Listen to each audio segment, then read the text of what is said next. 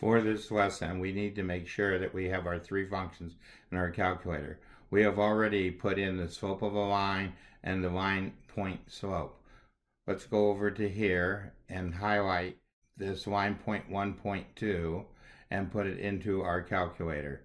So we'll double click, shift click, Control C copy, go over to here, Control V, and press enter. Now we have our three lines in our calculator. We can check this out by hitting the var key and hitting CAS and hitting programs, and we see that the three are in our calculator. So we'll escape out of here and escape out of here. These functions can be found.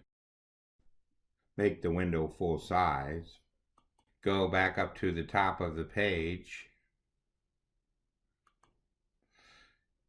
and look at the info button and then go to immediate mode. You will find these functions under the finite math area. We work the following word problem with y being in thousands. Since y is in thousands, initially we're at 0, 50, and then 20 years later we're at 70. We go over to our calculator, we look at the var command, we look at the program command, and we see that we have line point 1.2. So we select this line point 1.2. Here we show the work already being done. So we're at 0, 50, 20, 70, and we put it in after we add parentheses, and we end up x plus 50. So we go over here and we write down that we have y equal to x plus 50. Another way we could work the problem is to use the slope formula. If we go to var and we go to program, we select the slope formula. We just show the work. So we escape out of here and escape out of here. We put in the 0, 50 and the 20, 70 from over here, and we press enter, and the slope turns out to be 1. Since it was initially 50, we can write down y equal x plus 50 with m being 1. To plot this, we first go to our plot settings.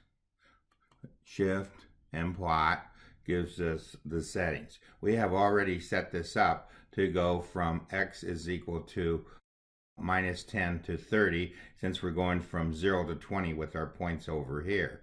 And we set up y to go from 40 to 80, since we went from 50 to 70. We changed the x ticks to 5 and the y ticks to 10. We are now ready to plot our graph. So we just hit the plot key and we see our graph. Where it goes across the x-intercept is at 50. So it came out with approximately 0 and 50. To get x to come out to be exactly 0 and y to be exactly 50, we hit menu, we hit go to, we hit edit, we escape to clear this out, we press 0, we press OK, then we hit edit, we press escape to clear it out, we press 50, and we press OK, and then we press OK again, and now we press the menu and it says 0, 50. Go to our edit command, hit screen capture, set it up to border and size as shown, and hit copy. We will now go over to our Onenote page and paste it in.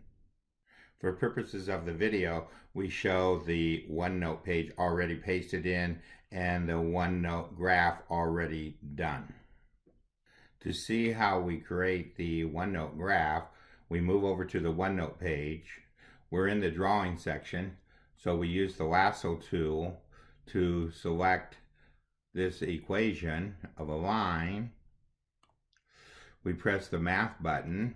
It tells us that y is equal to x plus 50. We select an action and we graph in 2D and we come up with this graph. It says insert page. We have already done that. This concludes our lesson on appreciation.